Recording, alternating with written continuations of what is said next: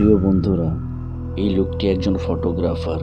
তিনি ছবি তুলতে খুবই পছন্দ করেন। তাই তিনি তার গাড়ি, ব্যাগ এবং তার একটি প্রিয় ক্যামেরা নিয়ে জঙ্গলে চলে আসেন। একসময় তিনি জঙ্গলের ভিতর দিয়ে একা একা হাঁটতে থাকেন। তিনি জঙ্গলের ভিতরে হাঁটতে হাঁটতে তিনি তার বন্ধুর সাথে ফোনে কথা বলতে বলতে জঙ্গলের গভীরে প্রবেশ করতে থাকেন। তিনি জঙ্গলের ভিতরে একটি সরু রাস্তা দেখতে পান এবং সেই রাস্তা দিয়ে যাওয়ার সময় আশেপাশের প্রকৃতিগুলো খুব ভালো করে দেখছিলেন।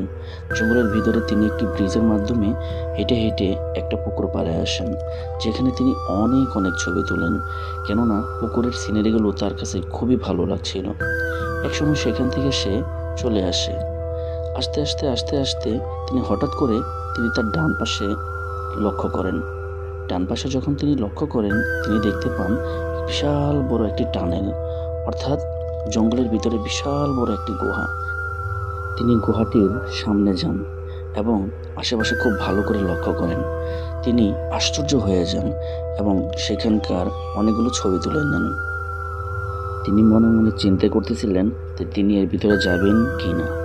একসময় তিনি খুব ভয় পেয়ে যান, তাই সে সেখান থেকে চলে আসে।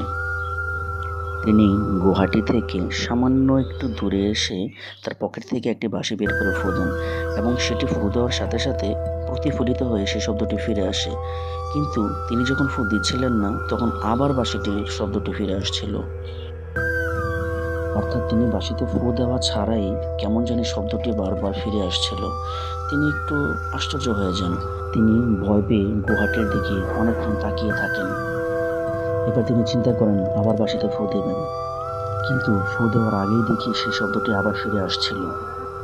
তিনি এক প্রকার আশ্চর্য হয়ে যান। একসময় তিনি চিন্তা করেন গুহাটির এ পাশ থেকে তিনি ওই পাশে যাবেন। তখন তিনি মনে করেন, কিরে, আমি না ব্যাগটি ওই পাশে রেখে আসলাম, এই পাশে আসলো কিভাবে? তিনি সেই টানেলের ভিতর দিয়ে আগের পাশে চলে যান। তিনি ওই পাশে গিয়ে দেখেন যে তার ব্যাগটি ওই পাশেই পড়ে আছে। কিন্তু তিনি খুবই দুশ্চিন্তায় পড়ে যান, কিরে, আমার ব্যাগটি আবার এই পাশে আসলো কিভাবে? তিনি মাথায় হাত দিয়ে বসেন, এটা আবার কি, আমি কোথায় এসে পড়লাম? তিনি এক প্রকার ভয় পেয়ে যান। তাই তিনি তার ব্যাগটি নিয়ে ওইখান থেকে চলে আসেন। যেখান দিয়ে তিনি এই জঙ্গলে প্রবেশ করেছিলেন সেদিক দিয়ে তিনি ঘোরাফেরা করতে থাকেন। কিন্তু কিছু দূর যাওয়ার পর তিনি সেই গুহার কাছেই চলে আসেন। তিনি জঙ্গলের ভিতর পাগলের মতো এক প্রকার ছোটাছুটি করতে শুরু করেন। তিনি ভেবে পাচ্ছিলেন না যে তার সাথে কি হচ্ছে। তিনি সেই টানেলের চতুর সাইডে ঘুরপাক খেতে থাকলেন।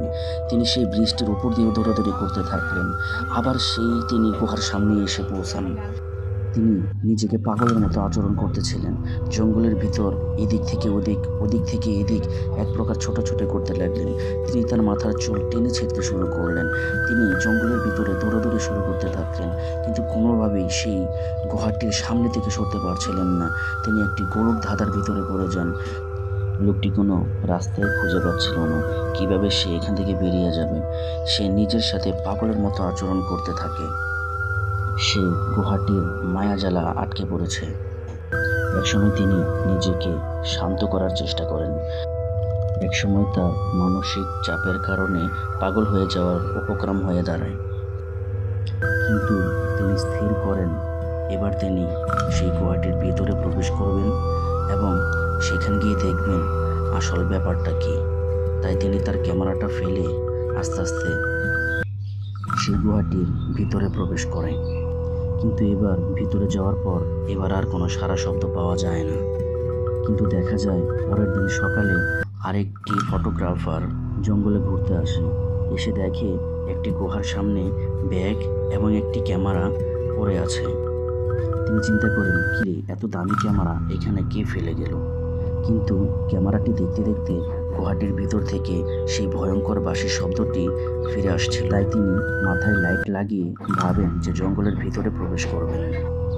লোকটি আস্তে আস্তে গুহাটির ভিতরে প্রবেশ করতে থাকেন।